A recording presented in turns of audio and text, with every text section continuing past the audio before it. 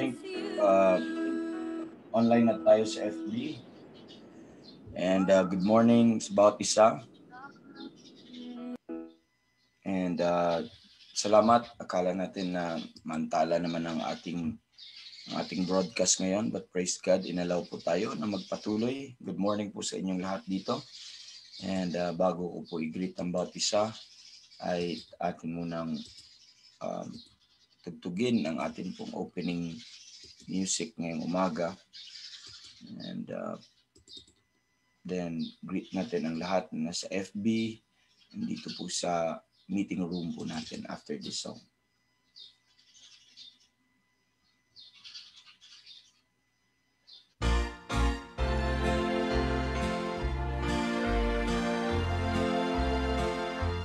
A beautiful morning, when Jesus I shall see. A beautiful morning, with a trump he'll come for me. A beautiful morning, he'll take us all away. A beautiful morning, yes, a beautiful day.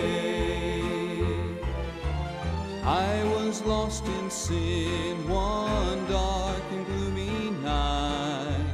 I had no peace within, my soul just wasn't right. Then I met Jesus and he took my sins away. Now I have a beautiful morning and a beautiful day. A beautiful morning, when Jesus I shall see. A beautiful morning, with the trump he'll come for me. A beautiful morning, he'll take us all away. A beautiful morning, yes, a beautiful day. Now I love to speak of him and what he's done for me, how he came into my life and gave me victory. Jesus, with my whole heart, I love you in every way. Thank you for a beautiful morning and a beautiful day. A beautiful morning, when Jesus I shall see. A beautiful morning, with the trump he'll come for me. A beautiful morning, he'll take us all away. A beautiful morning, yes, a beautiful day. A beautiful morning, yes, a beautiful day.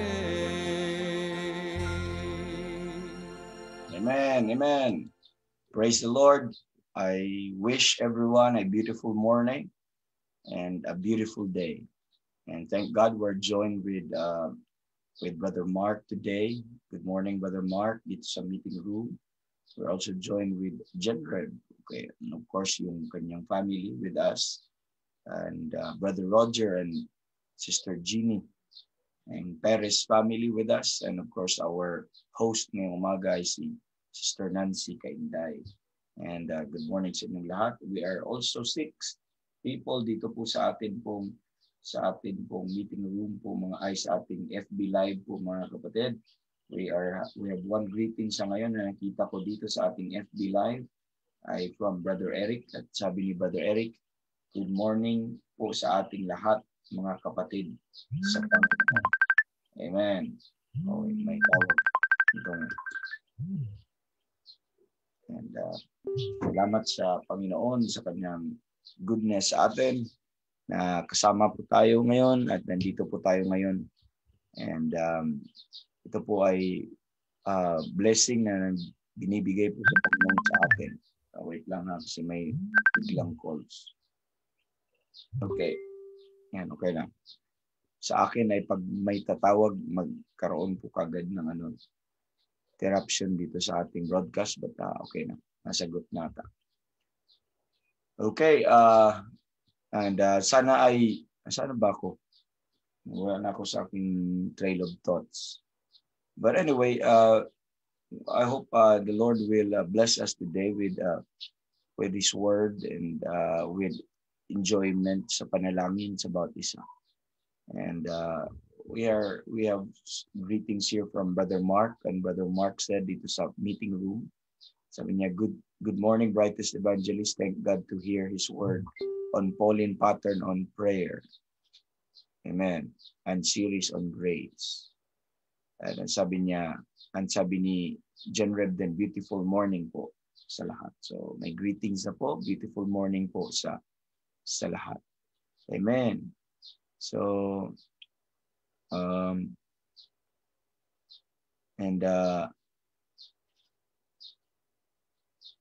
yun pala sasabihin ko kanina, parang nawala ako sa akala ko na hindi tayo magkaroon ng broadcast ngayon. At, praise the Lord, natuloy pa rin.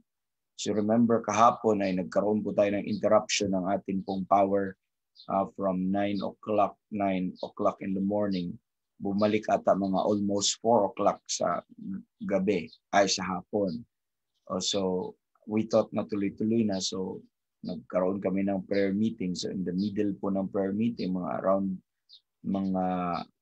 I think mga 6:30 din siguro. Mga 6:30 ng gabi, biglang nawala naman ang aming power. Nagkaroon ng low voltage. Almost all sa Lipa. Medyo malaki ang scope yung brownout kahapon. And akala namin matagal-tagal pa kasi medyo malaki nga ang scope. Hindi man siya schedule. Salamat. Hindi ko alam, mga madaling araw ata nakabalik.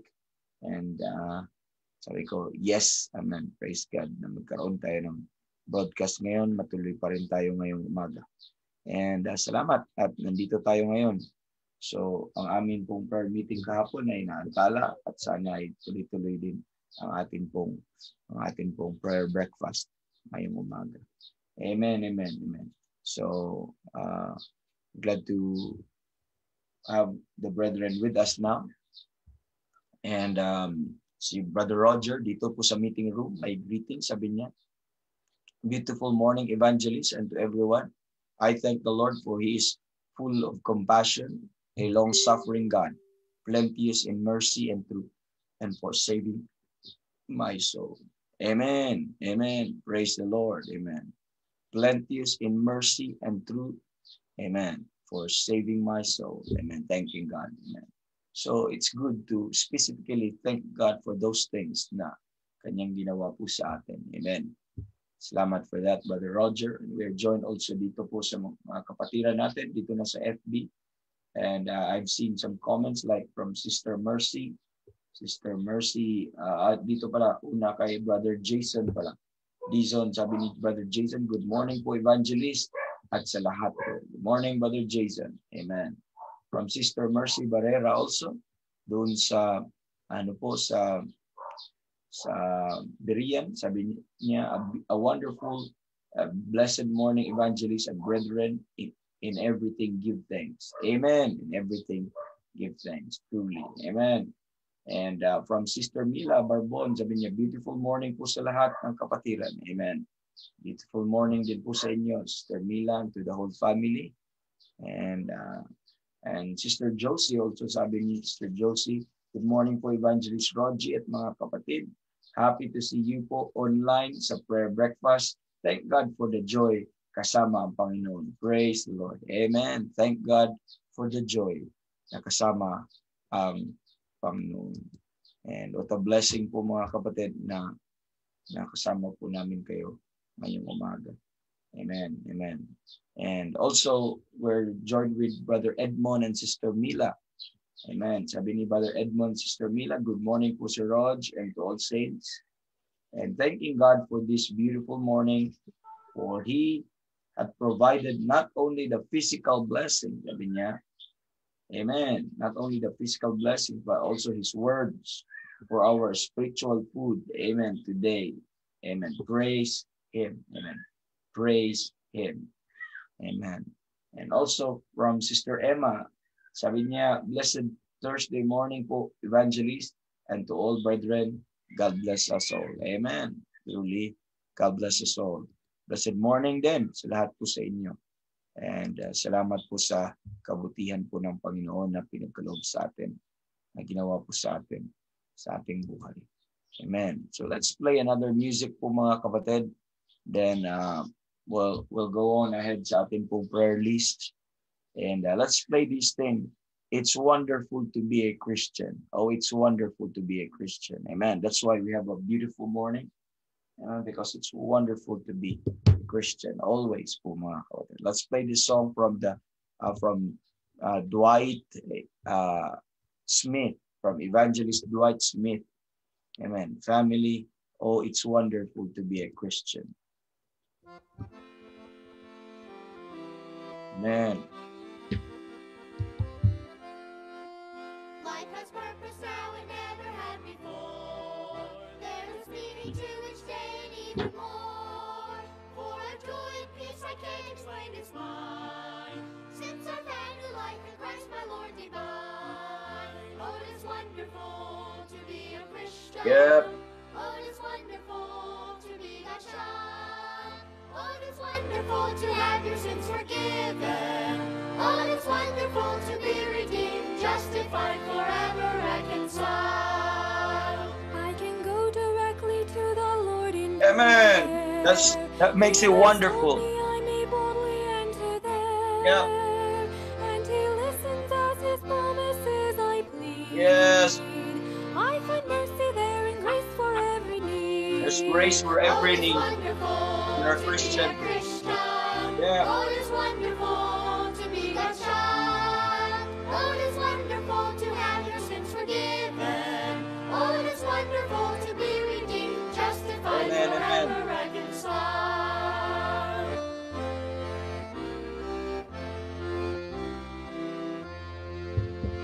And the hope of heaven's glory thrills me so. Where I'll live with Hope of Christ heaven. forevermore, I know. Amen, amen. That is why the things of earth I loosely hold. Yes. I've eternal riches better far than gold. Oh, it is wonderful to be a Christian. Yep, Oh, it is wonderful to be God's child. Oh, it is wonderful to have your sins forgiven. Oh, it is wonderful to be redeemed, justified, Amen, amen, forever amen. reconciled.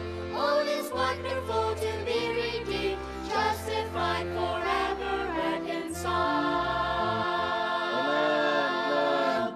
Oh, it's wonderful to be, amen, redeemed, justified, and forever reconciled. And when you put them together, it's wonderful, amen. Your sins forgiven. It's wonderful po mga kapatid that you could go directly to Him in prayer. And it's wonderful, the thought that the joy of heaven is getting excited sa atin. So put them all together. It's wonderful to be a Christian. Amen. It's good to be saved. It's really good to be saved. And that's a blessing of being saved po mga kapatid. You have that all for free. You receive all of that because of the grace of God. And thank God, amen, for the Lord now who have done these many wonderful things in our lives. Amen. And we're joined with Pastor Francis and Sister Arlene Iturralde ngayong umaga. And sabi po niya, thanking the Lord for His mercy, new every morning. Yes, amen. They're new every morning. That's another wonderful thing. Amen.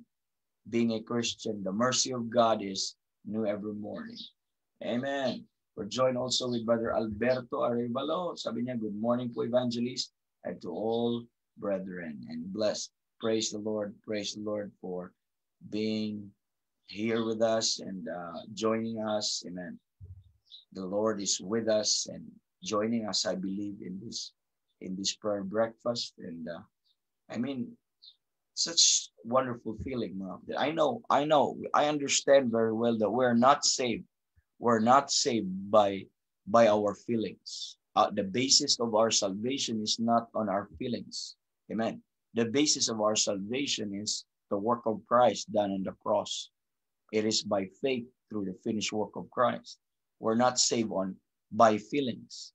But truly, mga kapatid, if you are saved, if you are truly saved by faith, if you're truly saved by grace through faith on the finished work of Christ, amen, it brought a wonderful feeling.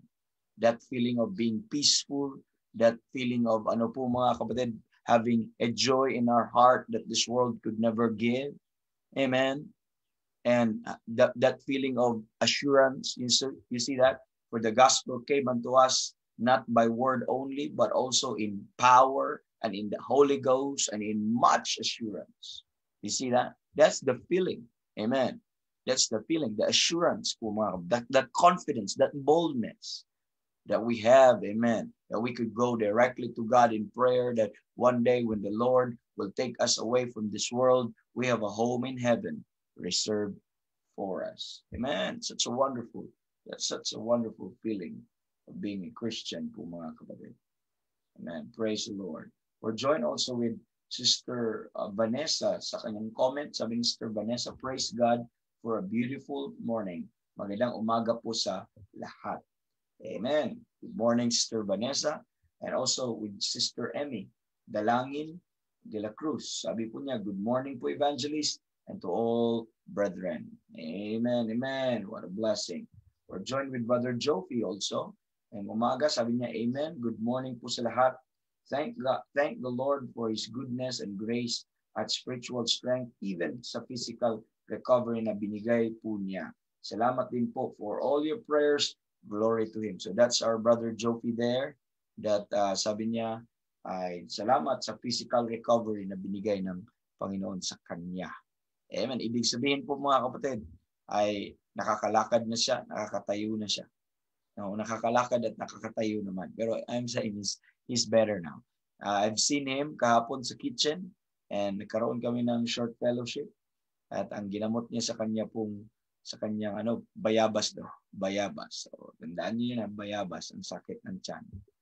Amen. So, yeah, of course, we joke around with Brother Jopi palagi and but it's a blessing to know, Brother Jopi, seriously. I'm serious. I praise the Lord na maayos ka na. Amen. Amen. So, thank God for that. Amen. So, let's be reminded to pray, brethren, and sa mga prayer item natin dito. And I believe ongoing kasi hindi ko na kita Sister Jenaline ngayon at si Pastor Wilfred for the past 2 days. I think nasa Tinok trip sila ngayon. So, paki-pray po sila. Okay? Sa kanilang mission doon and purpose. Sana i-bless po sila ng Panginoon. Okay? So, ito pong Tinok trip po nila. Okay? And si Brother Jofi ay okay na po. Brother Jofi, praise the Lord. Amen. So, okay na ang recovery. Tapos na. Recovered na yun eh. Kitang-kita ko na kapon. Pwede na ulit na umakyat ng buko eh. Amen. So, continue to pray for our daily broadcast, okay?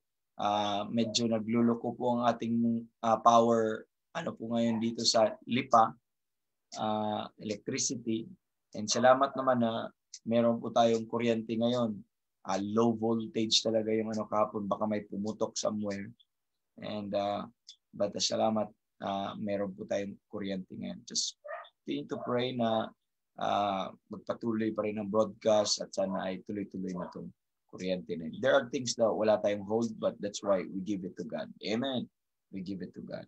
And yung mga nagbo-broadcast natin, yung mga speakers, yung mga host natin, naway bigyan sila ng wisdom ng Panginoon. Yung mga devices na ginagamit, sometimes nag-hang, sometimes very slow. So, yun po yung mga kaunting limitation and discomfort natin pag mga online ministries, mga kapatid. An internet connection, sometimes ganyan. So, but overall, the Lord is sustaining us. The Lord is providing us such a beautiful platform para po maipatuloy ang gawain niya at may ipangaral ang kanyang salita. Amen. So, ganun din sa inyong mga internet connections. I know, hindi naging madali. Medyo mahirap din po sa bawat isa po sa atin. And pray also continually for Pastor Ben and his family. And ang special request po ay strength of the Lord may rest upon him. Amen. Kay Pastor Ben and yung sa kanyang cataract, discomfort na binibigay ng kanyang eyes.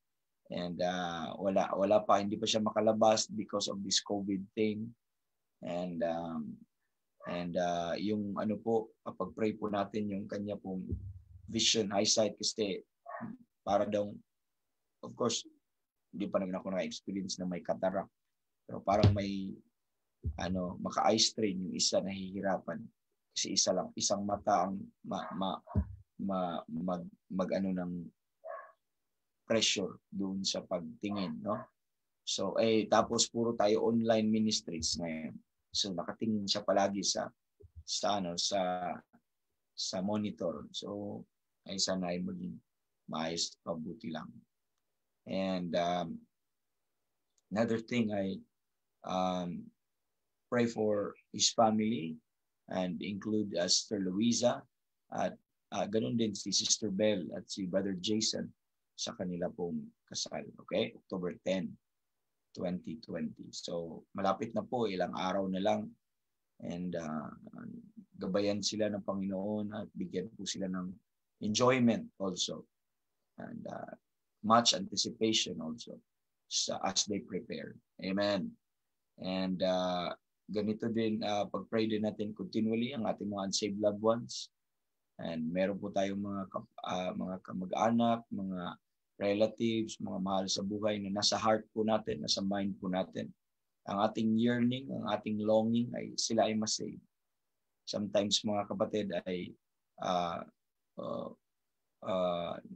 napapagod tayo sa kapag-pray na ba't hindi pa rin sila na-save, ba't hindi pa rin sila nakakilala sa Panginoon. Kasi yun ang key.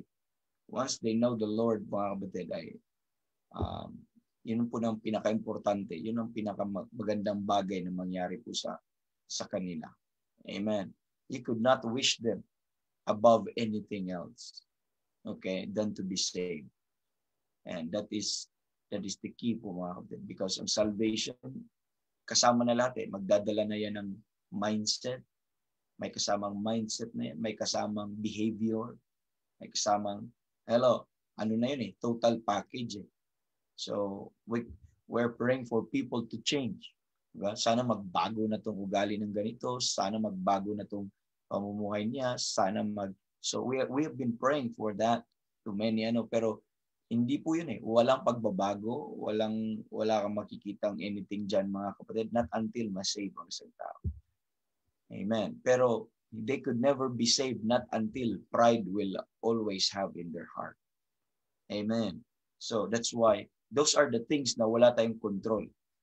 We could not save anybody as much as we would like, them to be saved. But we have no capacity to save anybody. Jesus Christ only can. Amen. And the Holy Spirit is the only person that can convict their heart.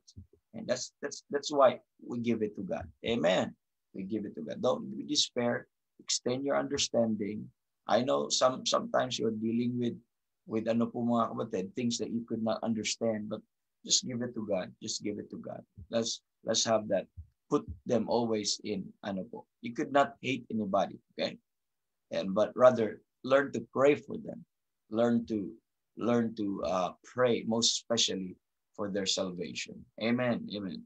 So, pag-pray po natin yan, and I know you have, we all have. Sino bang wala dito po mga unsaved loved ones? Madami po tayo. Both sides natin, sa side ko, sa side ng wife ko, sa side, ganun din po sa inyo.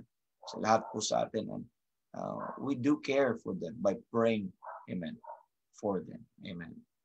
Amen. So, pray for our pregnant women, ladies, moms, nandito po, and Brother Peter's wife, si Sister Jen Sibilia, one of our young ladies po dito sa church. Pag-pray niyo po sila na anytime po si Sister Jem na I think they're waiting for it. Sana normal ang delivery.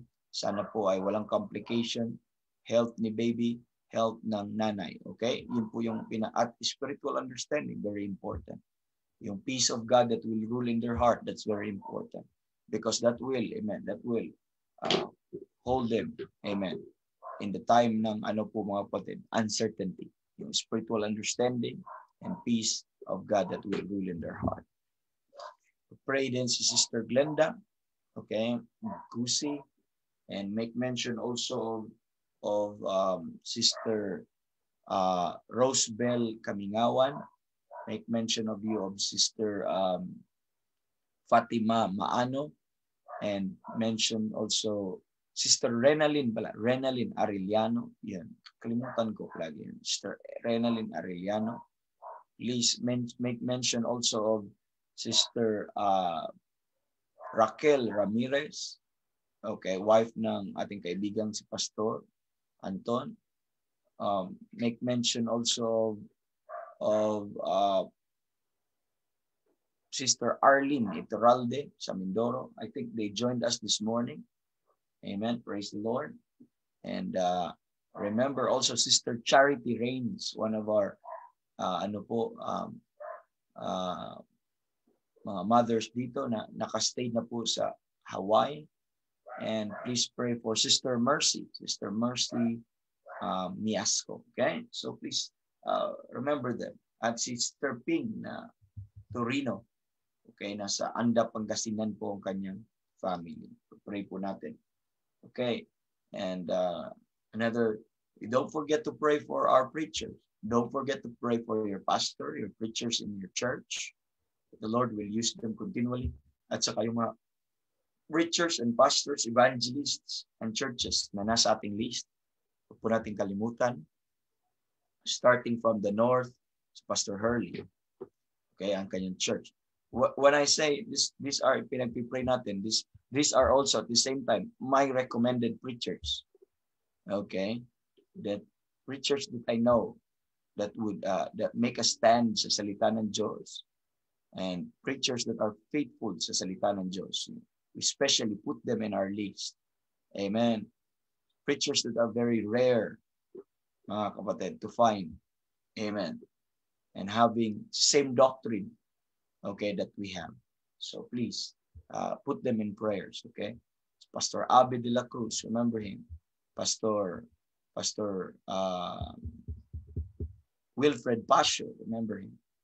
Okay? Pastor John Amita sa Cervantes. Even si Brother Hubert, please include Brother Hubert in your prayer. I know he's not yet the pastor, ordained pastor po doon po mga kapatid, but I think we're praying for that direction. We're praying for that direction. And I believe, nandito ba si Brother Hubert? Yes, kasama natin si Brother Hubert. We're always praying for his family because ginagamit po sila doon sa isang gawain sa Mangkayan, and we've been there. Naka-conduct kami ng Bible conference. Supposedly, meron tayong scheduled na Bible conference ulit doon sa lugar na yon. But ang nangyayari po mga kapatid ay wala. Nantala tayo sa COVID. So, nandun po sa Benguet, no, sila. And supposedly, kung hindi lang naging online nagiging online ang tawag nito, ang atin pong AVPI at saka yung camp meeting. Kung nandito pa lang tayo, supposedly we're praying na ma-ordain po siya. Kasi graduation niya eh. Upon his graduation, supposedly there will be an ordination. Mahirap kasi pag online ordination, no? So, supposedly ganun po mga kapatid. Yun yung prayer namin nila Pastor Passion na sinabmit niya sa amin. So, I considered him as the man. Amen. The man, the preacher. Amen. Doon po sa church na yun. Remember that, Hubert Eka. Ang wife niya, Sister Senya Eka. Okay? So, they're good brethren. Amen. Amen. Blessing po yung mga graduate na din po sila sa AVPI Summer Institute natin. At kompleto po yun po mga kapatid. And even nag-aaral po sila sa atin patuloy. At every morning, they join us dito sa atin pong prayer breakfast. Sometimes sa Workman's Treasure at AVPI Online and other programs that we have. Amen. So put that in your prayer list. And also si Pastor Alde Maypay, our friend sa Ilocos Norte, si Pastor mga kapatid, Alan Madis, okay, dyan sa Tarlac, ganun din si Pastor Arnel Torcedo, where of course si Pastor Anton Ramirez, pag-pray niyo siya sa dalawang churches na kanyang hinandle ngayon at sa mga ministries na pinagkaloob ng Panginoon sa online ministries at other ministries ko po mga kapatid. And si Pastor Jeremiah, okay, Fahila sa Pampanga din. And we have a young preacher na kasama po natin sa faith. At si Brother Josiah Manzano, pray for him always. Kasi, pag nasa age ka pa ng ganon, youth, and very, very adventurous ka, excited ka, madami ka curiosity. And that not only curiosity in life, but also curiosity in doctrine. So sometimes we tend to become, mga kapatid, too curious that we never thought that, or idealistic. Sometimes I pass through to that stage that it's idealistic. Mga kapatid, but as you go on in the ministry, amen, reality starts to sink in. The real situation natin would start to mga kapatid, ay magiging you will start to become practical. You will start to become, amen, balance sa mga bagay po natin. That's why we need. At yung preacher po na yun, wala pa po asawa, pag-pray din natin at kung ano yung guidance ng Panginoon sa kanya. Amen. So remember, Pastor Josiah Manzano, very young. I think nasa 19 si Pastor Josiah or 18. But the Lord used him mightily, and the Lord has given him much already. And prayer now, the Lord will make him stay in the faith. Amen.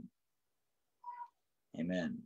So remember also si Pastor Alvin pala na hindi siya Alvin Alvin B ang kanyang, okay, Alvin Anabiesa. Don't forget to pray. He's the pastor of Bible Believers Baptist Church now doon po sa Batasan Hills.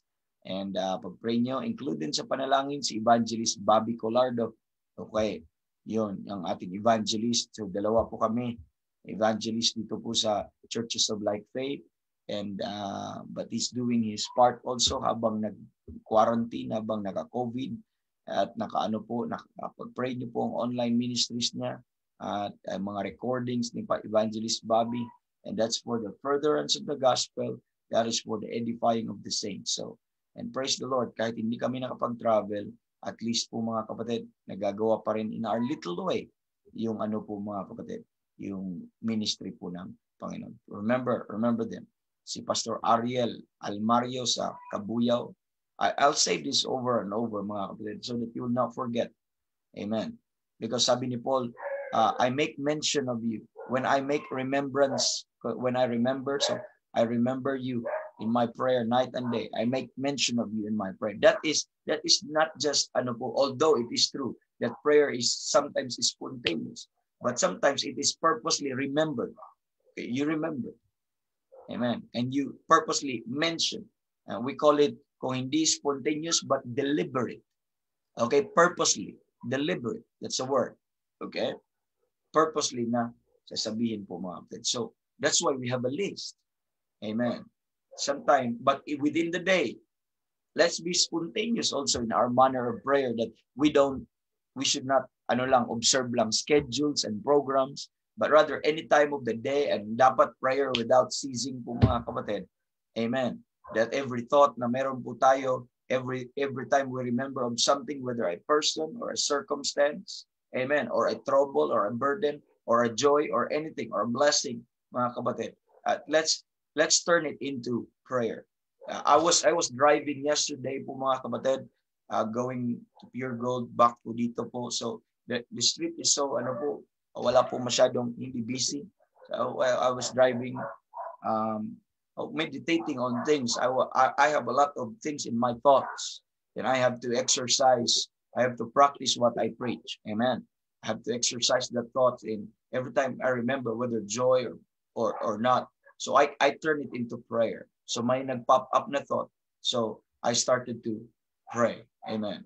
So pop up na thought na care. Then just a counter sa mind ko. It's just to say, Lord, tulungan niyo kami din.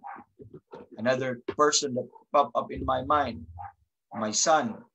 Okay? So I started to pray for my son. Amen. Amen. When your wife would be in your, start to pray, and everything, whether good or evil, convert it into prayer. Because, you know, even without you talking, your mind is processing. Thoughts are, unless na lang blanco ka, wala ka. Hindi eh. Hindi ka naman blanco all the time eh. Amen. Kaya, para hindi maging idle ang mind mo, make that mind, amen, and become an activity ng ating panalangin. Amen. Amen. So, just a thought na gusto kong iano po natin sa mga natutunan natin. Okay, continue to pray for sino pa? Yung mga brethren natin sa Mindoro, si Pastor Francis Iturralde, yung ministry doon, huwag kalimutan. And yung sa Palawan, si Pastor Mark Barney, si Pastor Jeter Katadman, si Pastor Angel Salvatierra, si Pastor Bernabe. Okay? Dito sa Mindanao, si Pastor Cesar Cabungcal, si Pastor Raul Flor, Jonathan Ratonil, marami pa po mga kapatid, mga pastor doon, si Pastor Orlan Pajardo, Pastor Tony Sara, si Pastor Wilmar Giraga, si Pastor Ares Moniera, even sa state, si Pastor Bob Patnod, amen, yung mga evangelist natin doon, si Brother Chris Hewitt, si Brother Mike Thorman, and mga kaibigan din sa China, all over. So please remember them sa ating panalangin. So we mention them mga kapatid because truly itong mga tao po na ito ay tumatayo sa faith. And I could say mga kapatid that itong mga by the grace of God only ay mahal po nila ang Panginoon, mahal po nila ang salita ng Diyos, and listen, mahal po nila ang mga tao ng Panginoon. So it's noteworthy na ilagay po sa ating remembrance, ilagay po sa ating mga notes, ang mga ministries nila, ang mga families nila, ang mga need at ang mga churches ng mga preachers and pastors, evangelists, missionaries na ito. Okay? So, that's it. I'd like you to take note of those things. Another thing also po mga kapatid, please pray for Brother Mark Turberville. Don't fail to pray for Brother Mark Turberville, recovery from COVID-19. Okay, recovery from COVID-19. Okay, yung si Brother Lito Barbon, sa kanya pong good health always, na nasa po sila, bumabalik na sila ngayon sa farm po mga kapatid, taniman time ngayon, and patuloy sana ipag-pray ng kanya pong protection and health kasi nakakapagod ang trabaho po nila po mga kapatid. Amen to the family. Let me read kung meron ba dito sa meeting room. Okay. Dito po, pag-pray natin dito po sa ating comment section. Let me read. Sister Bell, we're joined with Sister Bell Aplaon. Sabi ni Sister Bell, beautiful morning, Sir Rod, and to all, what a blessing to have an access to the throne of grace. Amen. Thanking the Lord. Yes, truly we have an access to the throne of grace, and it's wonderful, truly, to be a Christian. I'd love to play that song once again. I'll play that song once again. I appreciate the truth of the song. Maya siguro po mga kapatid. We're joined with Mama Rory with us. Amen. Sa Mindoro. Praise the Lord. Kasama po natin siya. Continue to pray for them sa Mindoro. Okay. She's taking care of yung lola po, yung mom niya, lola po ng mga nila Sister Cindy, ng mga anak ko, lola na po namin doon. Nandun kasama din si Paul. Sa buong household po doon, silang tatlo nagstay. I'd like you to pray for them. Include them sa inyong panalangin. Sabi ni Mama Rory, blessed morning, Sir Rog and everyone. Thank God for His goodness. Amen. Thank God for His goodness. Kahit ano pang mangyari, the Lord is good. Always remember that, okay? The Lord is good. You know, circumstance may change. Amen.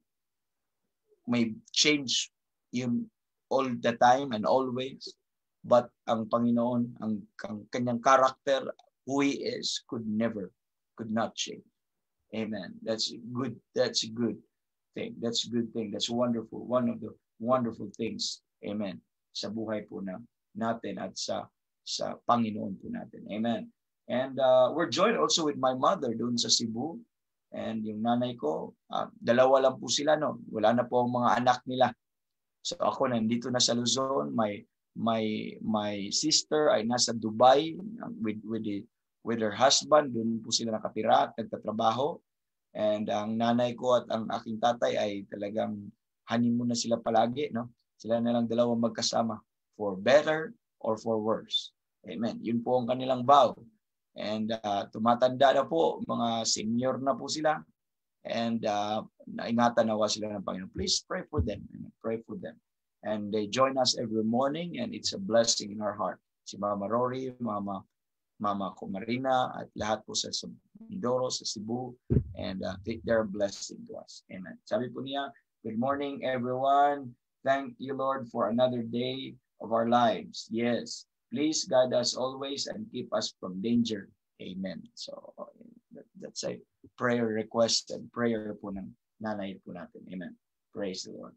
Sister Kath Paredes also, good morning dyan ma pala at kay Papa. Ganon din kay Mama Rory at sa buong tahanan. And Sister Kath Paredes join us. Sabi niya, have a wonderful morning, evangelist and to all. We're joined also with Brother Noel from Sister Kat is from Santiago City. Brother Noel is from Davao City. Sabi niya, good morning po Pastor Rogie and everyone. It's good to start the day with prayer and the Word of God. Yes, truly bro, truly. Amen. We're joined with Sister Dulcie Amor. And Sister Dulcie said, good morning po. Good morning, Sister Dulcie. And Brother Ariel, Pastor Ariel Almario join us also. Sabi niya, blessed morning evangelist and to all the saints. Okay, so I gave you already the prayer list, mga kapatid, and well, so far po, yun po ang ating ipag-pray. So we'll put ourselves in a standby mode po, mga kapatid. Let's go to the Lord in prayer once again. I'd like you to join me sa panalangin. Name these people one by one. At the same time, as you pray for your own need, as you pray for your own concern, please include those names and those concerns na ating pong na-mention kanina po, mga kapatid. Okay po? So, I'll put ourselves dito po sa standby mode. I'll change my, yung screen po and I'll play some instrumental, some music para po sa atin ngayong umaga. Okay po? And just wait lang ha. And para hindi maulit yung atin pong kanta kahapon. Okay. Okay, let's play this song.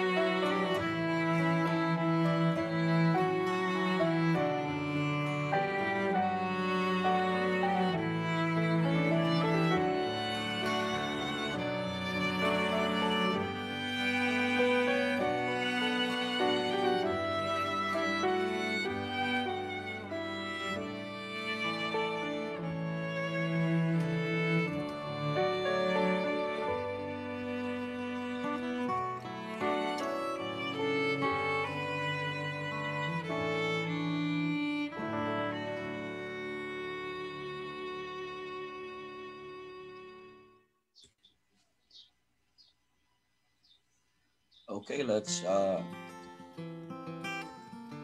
pray.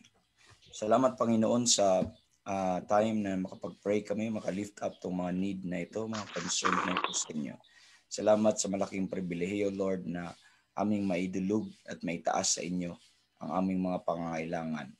Lord, aming pinagkatiwala lahat ng ito, and thank you for the feeling, for the enjoyment, Lord, na magawa ang inyo pong kalooban. And salamat din sa direct access na binigay niyo sa amin sa trono ng inyong biyaya. And Panginoon, as we go on sa aming next part ng programa, sana po ikaw ang patuloy na mag-shower sa amin ng biyaya sa pamamagitan po ng inyong salita.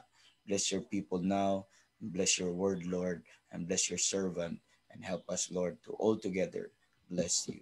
And this we ask in Jesus' name. Amen and amen. Amen. Praise the Lord. Thank God for everyone. Thank you for staying with us. Amen. So mga ngayon lang dumating, and magandang umaga po sa ating lahat, at tayo po ay dadako sa ating pong pagpakinig ng salita ng Diyos.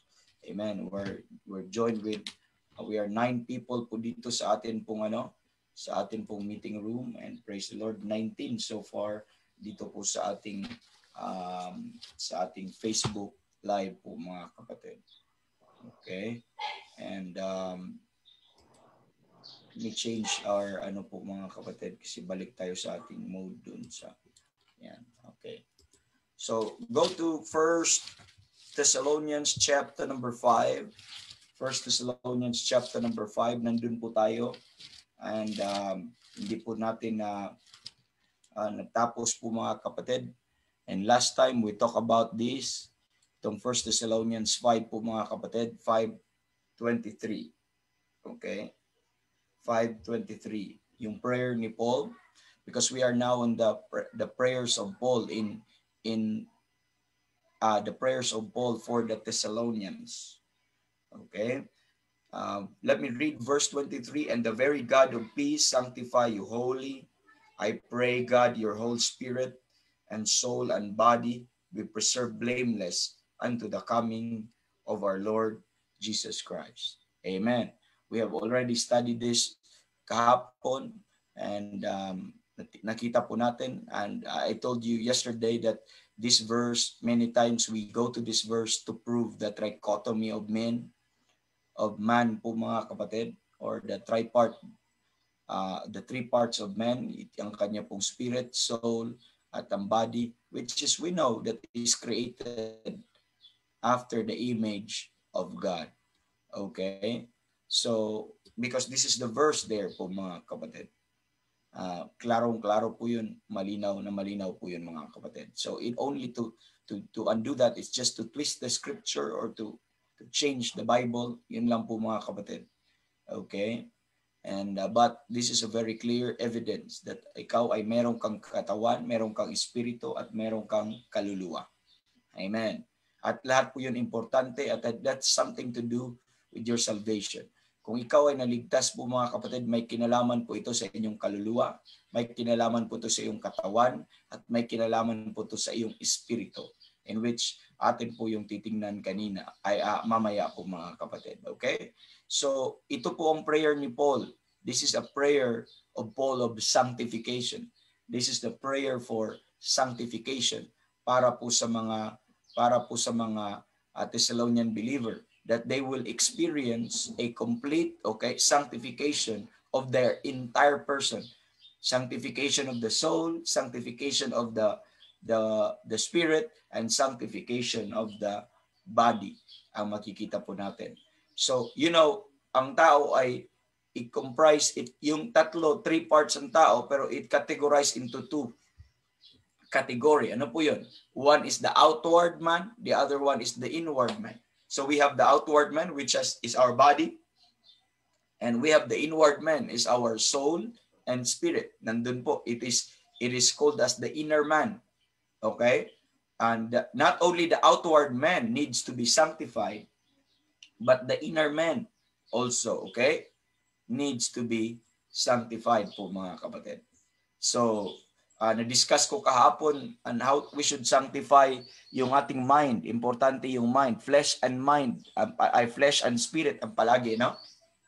Na ina-encourage tayo or sinasabihan tayo ng Bible. That's why, ang sabi ng Bible, let us cleanse ourselves from all filthiness of the flesh and spirit and perfecting holiness in the fear of God. Bakit ang focus palagi ng sanctification ay nasa flesh and spirit? Dahil ang atin pong soul po mga kapatid ay na spiritual circumcised o na hiwalay na siya or na cut loose na siya, na separate na siya or sineparate siya ng Panginoon para mapanatili siyang puro, mapanatili siyang malinis, mapanatili siyang ano po mga kapatid ay pure. Okay?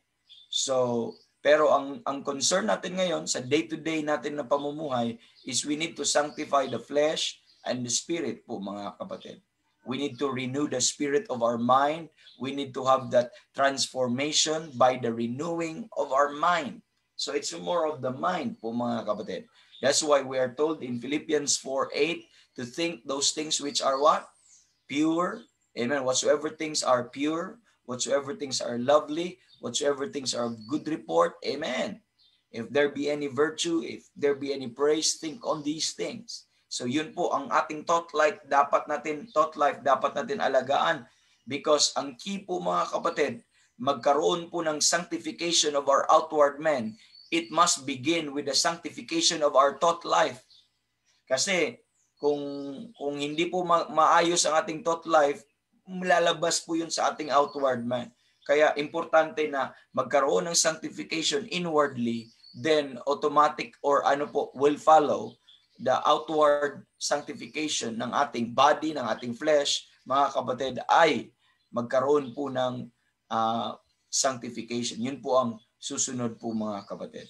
But let's understand, no? Let's understand one thing. So, pupuntahan po natin. Let's look at 1 Corinthians chapter. Let's go to sanctification ng ating body. Okay? Tingnan mo muna natin. I think it's needful sa akin, no? It's needful sa akin na titingnan yung word na sanctification. But let's go muna 1 Corinthians chapter number 6. 1 Corinthians chapter number 6, verse number 9. Let this truth sink in sa ating mind and sa ating heart.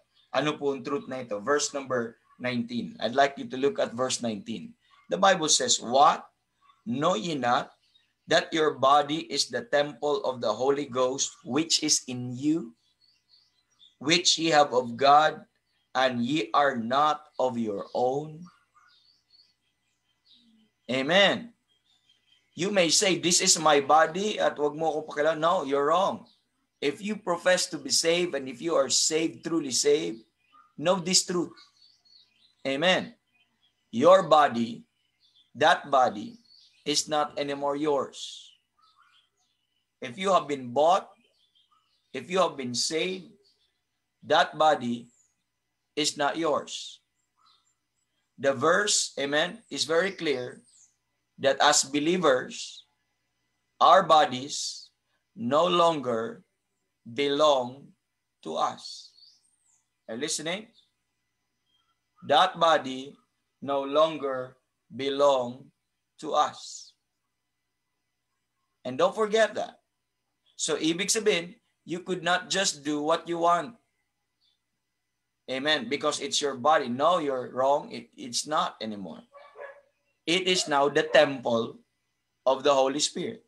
It is now the habitation of God. And I'd like you to realize that. Amen.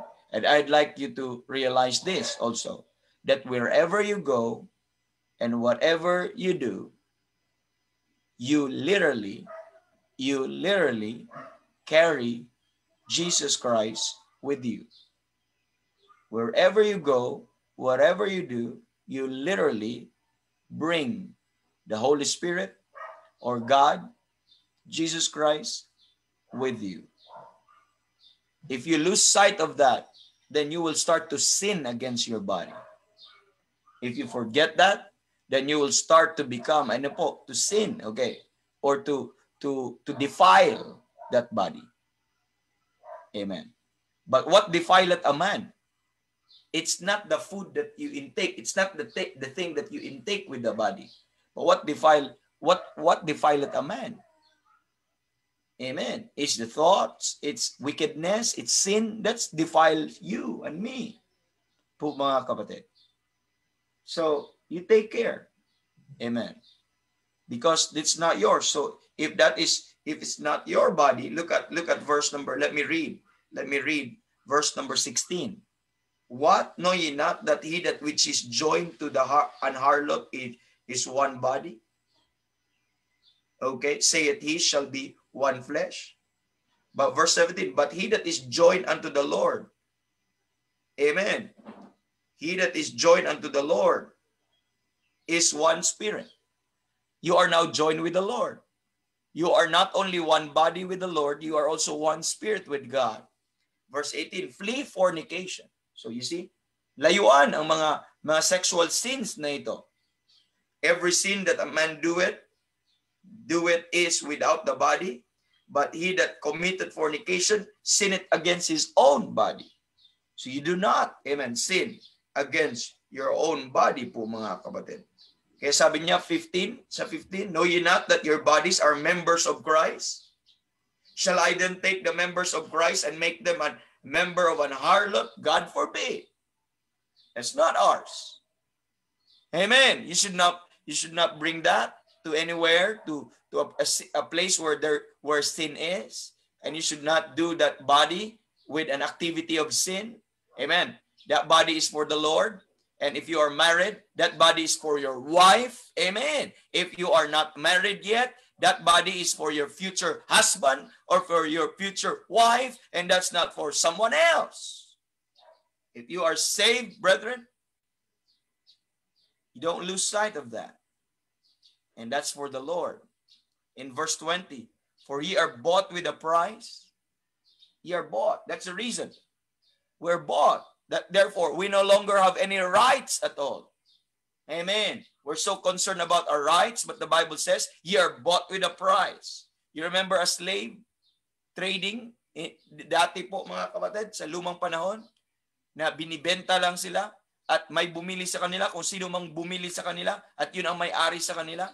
And in that site also, you are bought with a price. Because we have been slave from sin. We have been slave from Satan, by Satan. But praise the Lord, He saved us and He bought me with a price. And the price that He bought me was His blood, His precious blood. Amen. That without blemish, without spot, mga kapatid.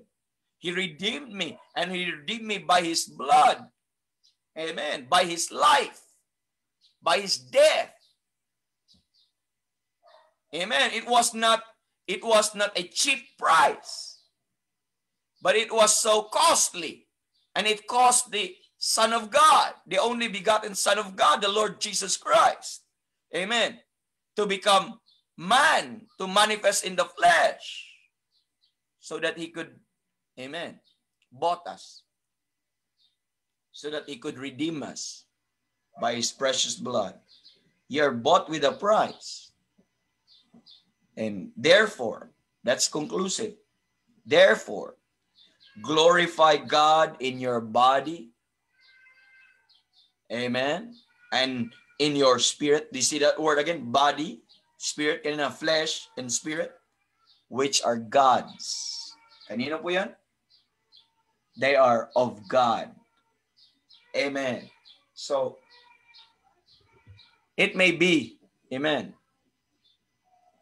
you may bring that body wherever you go, but don't lose sight. Amen. That is now the temple of God. That is to say, that body now, if that is a temple of God, there used to be a time that men pray in the temple, praise in the temple, offer sacrifices in the temple. Amen.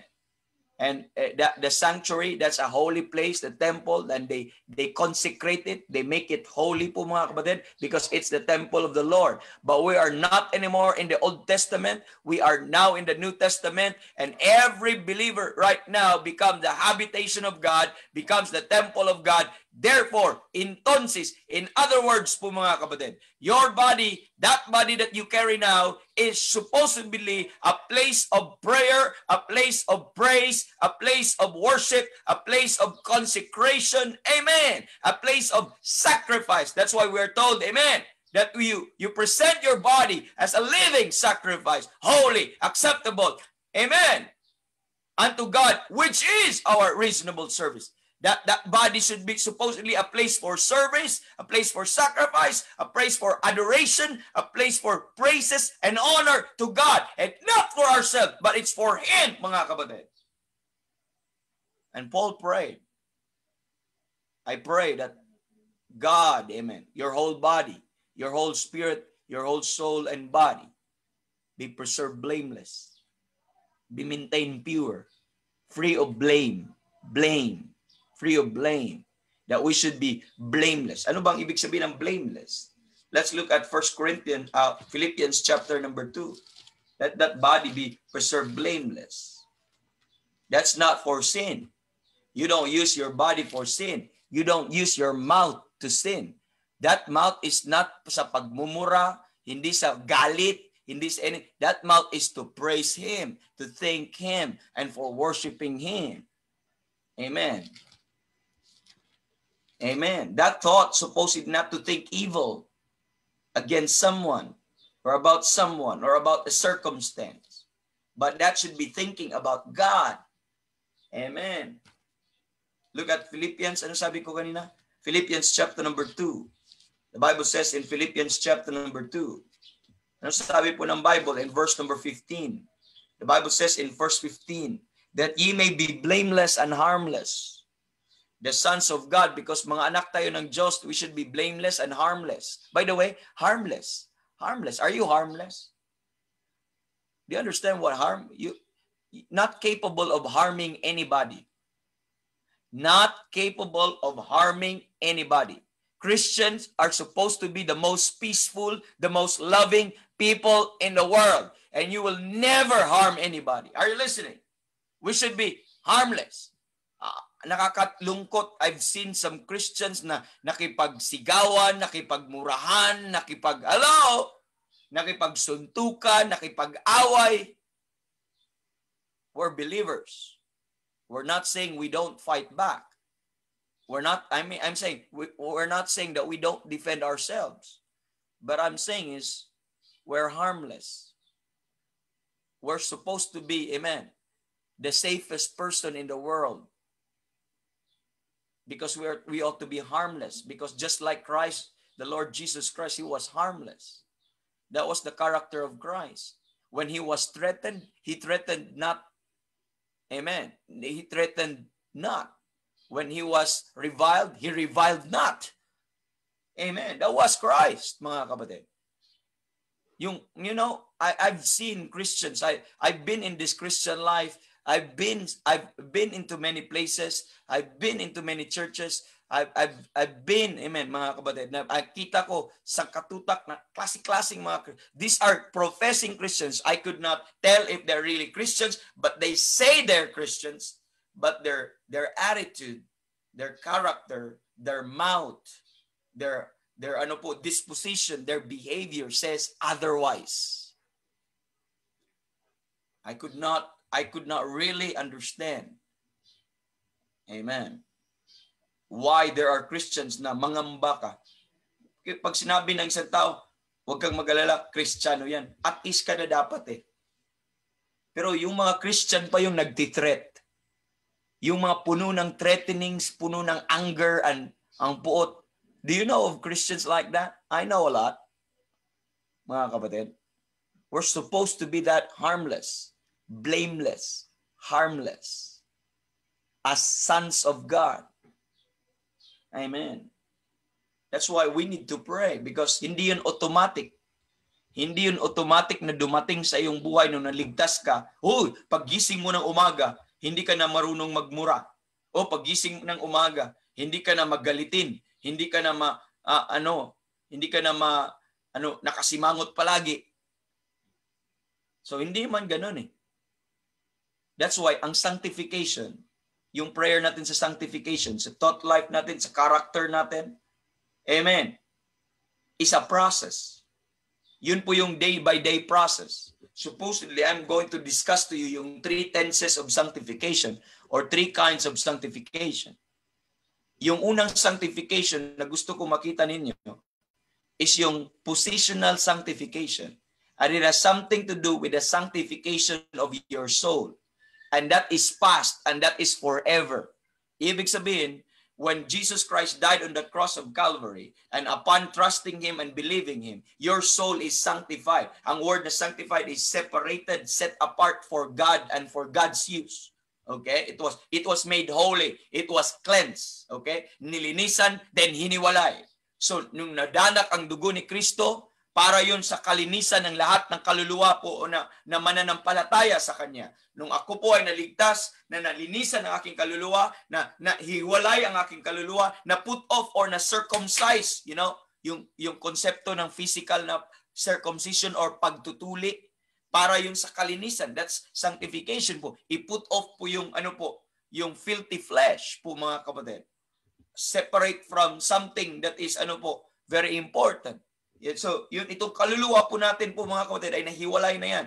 So, kaya po, ang isang ligtas ay forever ng ligtas. Kasi kahit pa magkasala ikaw, magkasala pa rin ang ligtas. Tama po ba? Magkasala tayo sa bibig, magkasala tayo sa katawan, magkasala tayo sa espiritu. Pero po, mga kapatid, ang ating kaluluwa ay hindi na makontaminate ng kasalanan. Wala nang kasalanan makapasok doon. Protected na yon. Amen. Sealed na yon po, mga kapatid. Naintindihan po natin? Sealed na yon. At wala na. Hindi na po yun. Kasi nandun na ang katwiran ng Panginoon. Hiniwalay po ng Panginoon yun para magkaroon tayo ng security ng atin po. Pero meron pang part sa atin na nagkakasala. At yun ang kailangan na i-sanctify. Yung sanctification na positional sanctification ng ating kaluluwa po, mga kapatid. One time lang yun at forever lang yun po, mga kapatid. It happened instantaneously. One time, instantaneously. Hindi proseso. One time, instantaneously po, mga kapatid, na nangyayari po sa atin. Amen. At hindi na kailan mabago yan. Hindi na kailan mawala po yun. Yun po yung pag-sanctification po ng ating kaluluwa. That soul is already forever delivered. Amen. Forever cleansed, forever washed, forever saved po, mga kapatid. Nag-aantay na lang yan ng rapture para makapunta ng langit. Amen. That is the positional sanctification. Now, meron tayong isang sanctification, itong dalawang sanctification na ating pag-usapan, were not actually, mga kapatid, yung unang sanctification ay pangalawang sanctification is ang ating tinatawag po nating progressive sanctification. Yung isa positional sanctification, but ito ay progressive na sanctification. That is to say po, mga kapatid, hindi po siya instantaneous, hindi po siya progressive. Ibig sabihin, nangyayari po siya po, mga kapatid, every day. Amen. Nangyayari po siya sa ating kaluluwa, sa ating espiritu, nangyayari po siya every day po, mga kapatid. At dapat nating makita po yun. Okay? So, with this part po, mga kapatid, with this sanctification, ay dapat nating maintindihan po, mga kapatid, sa sanctification na yan, na everyday dapat ay magiging holier tayo. Okay? Magiging holier ang isang Kristiyano kasi na-sanctified na tayo po, mga kapatid. Na dapat nating makita na we have struggles. Yes, in progressive sanctification, we enter into struggles. Tama po yun po, mga kapatid. But this is now our spirit, okay, has power over sin. We are now fighting sin every day. Kasi may mga kasalanan na mag-reoccur, babalik sa atin, although nahugasan na ng Panginoon yung kasalanan ng ating kaluluwa po, mga kapatid. Pero may mga kasalanan that would want us to be subdued or to take dominion sa atin. And we may say that this sanctification, amen, is, mga kapatid, without His power, we could do nothing. That we need the power of God every day. We need to rely God, amen, from God every day. This is God's, that's why I pray ang prayer that God may sanctify us wholly. That's the prayer of 1 Thessalonians. Because God is the only one, the capacity to this, that we will draw ourselves nearer to Him and to become like Him and more fit for His service. Because I'm telling you, nung naligtas ka, hindi automatic ang bibig mo ay talagang hindi na nagmumura, hindi na nagsasabi ng mga masasama, hindi automatic ang mind mo na nagsasabi na okay ka na, maganda na, but rather po, mga kapatid, every day you reckon kung anong nangyari sa iyong kaluluwa na dapat magiging holy ka na kasi na-sanctified ka na. Nire-reckon mo na Kristiyano na ako. Amen. Dapat magpasakop ako sa impluensya at sa kapangyarihan ng banal na Espiritu na mag-work sa akin. Dapat mag-walk ako sa Espiritu, mag-yield ako. At paano ka mag-yield sa Espiritu? Ano ang mga sinasabi ng Espiritu? At kung ano yung sinasabi ng salita ng Diyos po mga kapatid. In this phase of sanctification, itong progressive sanctification, two important concept ang gusto ko pong makita ninyo in this phase of sanctification. Two important concept. This concept includes spirituality and edification. Spirituality and edification. Ang spirituality has something to do with our behavioral, ano po mga kapatid, because you have the Spirit of God, you let the Spirit of God take control of you. Amen. Take control of your emotions, take control of your actions, take control of your thought life. So has something to do to take over with our spirit. Sometimes ang ating spirit po mga kapatid hindi maganda. Amen.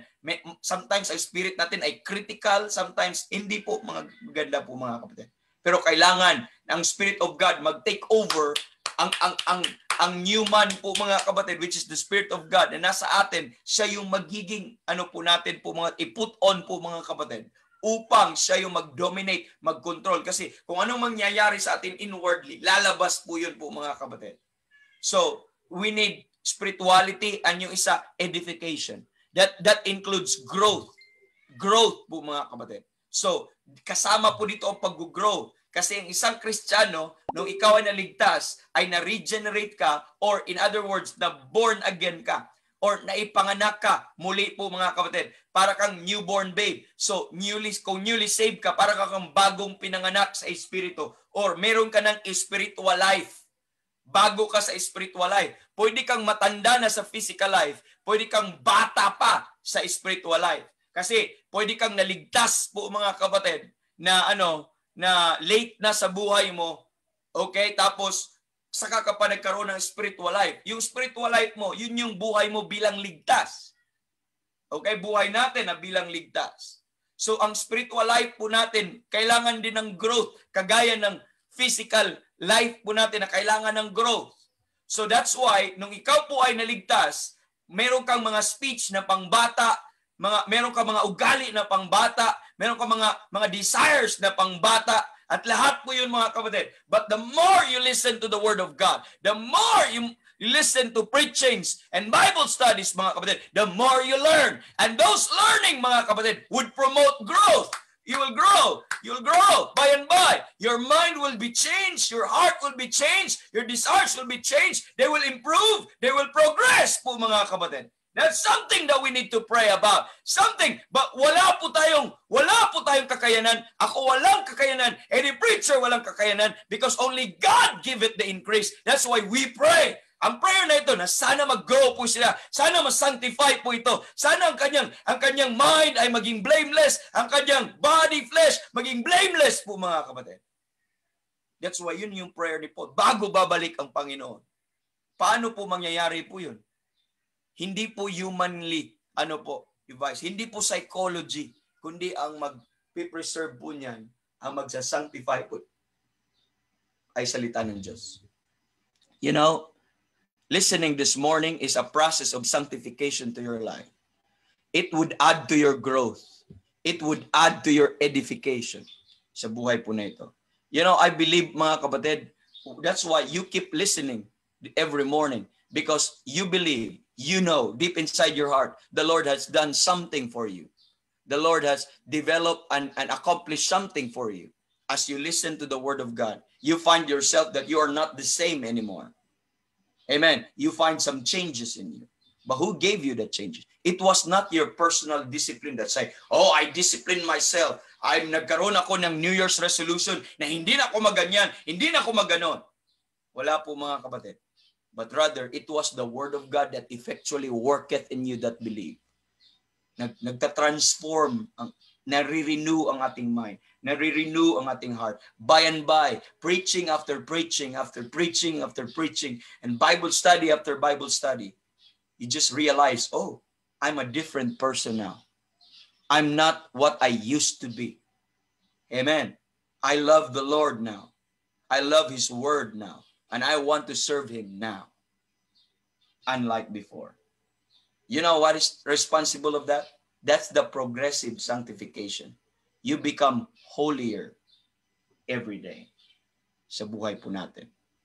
So that's the prayer there na gusto pong makita po mga kapatid. That we become blameless and without rebuke as the sons of God.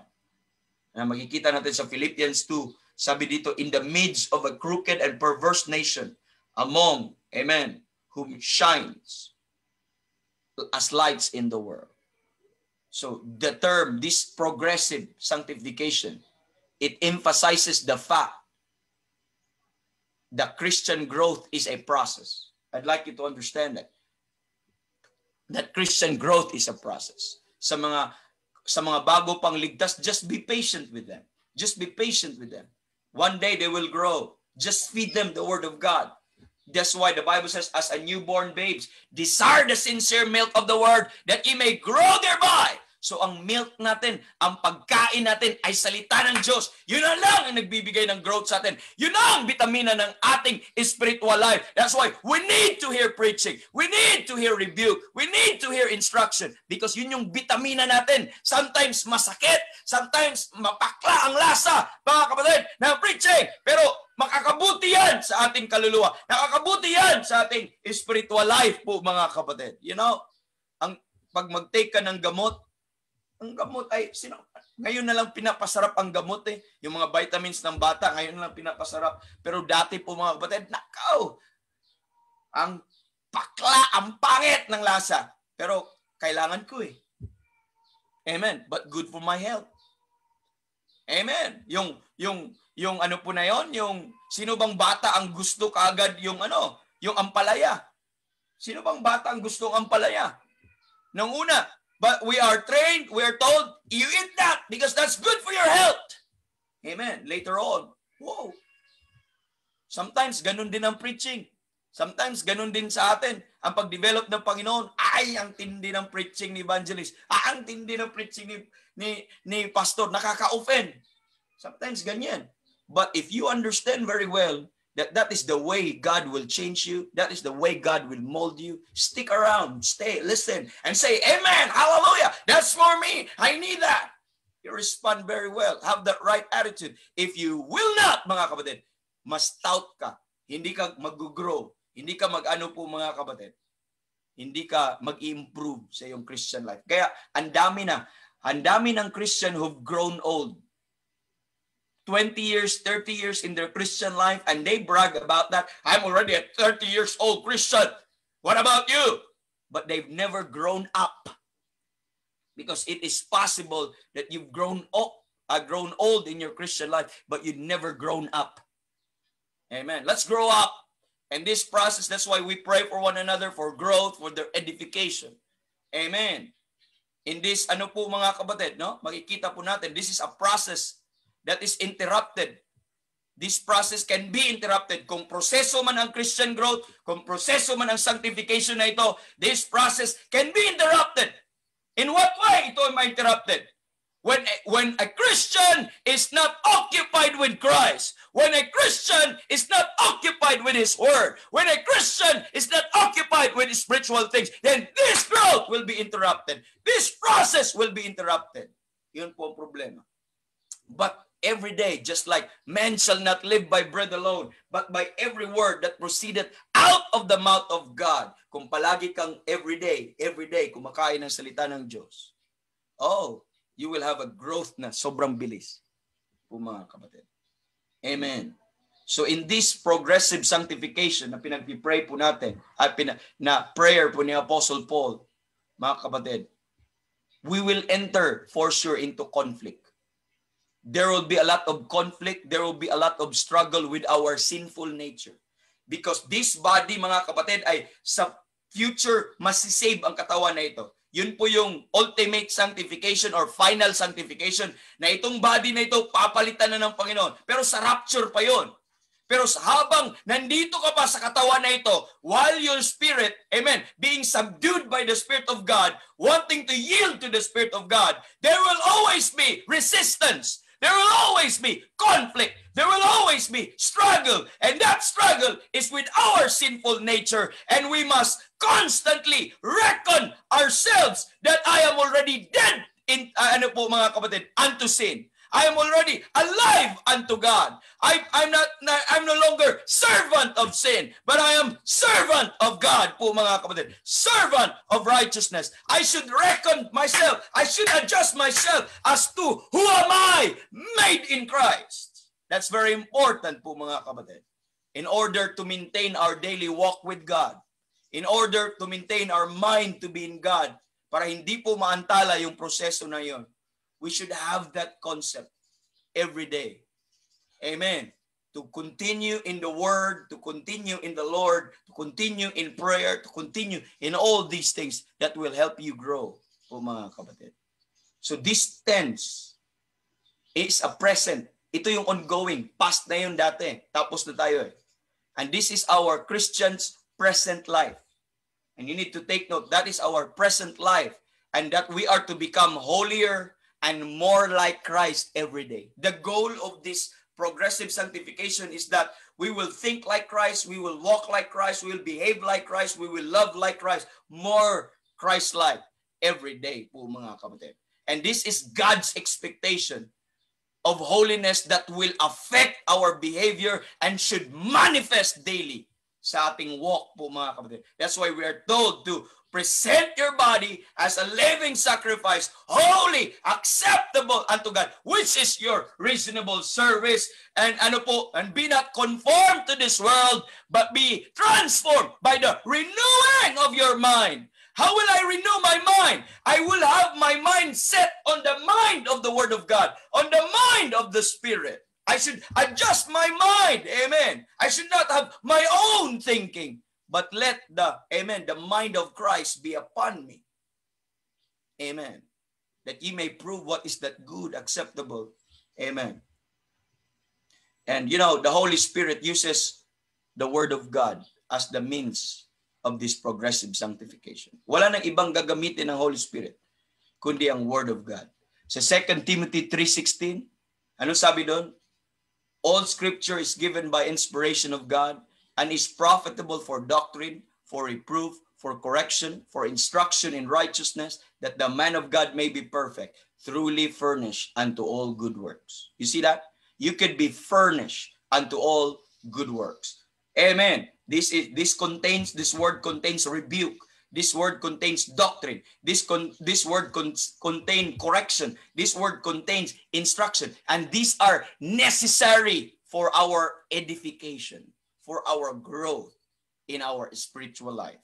And we need this. And the Word of God, this is the indispensable cleanser. This is the indispensable sanctifier in our daily walk with God. Amen. That's why we're told, John 17:17, sanctify them through thy truth. Thy word is truth. The Bible says in John 15 verse 3, now ye are clean through the word which I have spoken unto you. So, paano ka? You are clean through the word.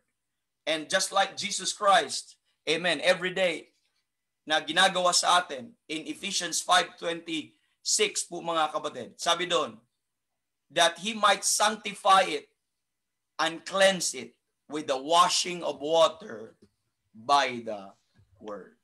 And you know what happened today? You know what you're doing today? As you listen to the Word of God, you plunge yourself to the Word of God. Amen. And if you listen, not only listen, but if you take and apply, you know what happened to you, Pumobdet? You sanctify yourself. You sanctify yourself. An application all of the truths. Kasi, remember, the Word of God can effectually work in them that believe. Pero kung hindi po, kung i-reject mo ngayon na wala kang sanctification, makukuha sa Word of God, and it will impede sa iyo pong growth, it will interrupt yung growth na gusto po sana ng Panginoon. Kaya no wonder, ba't ganito pa rin ako? Ba't wala pa rin akong changes? Bakit ganon? I-check mo muna, am I saved? Kung saved ka na, then go on and pursue on growing. Amen. And praise the Lord for this morning. And that's it po mga kapatid. And I hope we could go on pa sa sunod. And tomorrow, we'll see you tomorrow and praise the Lord. So remember that, okay? A prayer for sanctification. A prayer for sanctification. 30 minutes could not, when I teach sanctification, tako series po yun, napakahaba. Pero of course, prayer breakfast is just a food for thought sa atin pong umaga. But sana po ay nabusog man lang kayo ng konti at meron kayong energy for your Christian walk today. May God bless you today, mga kapatid, and God bless you sa inyo pong endeavor. So we're done here, and glory to God.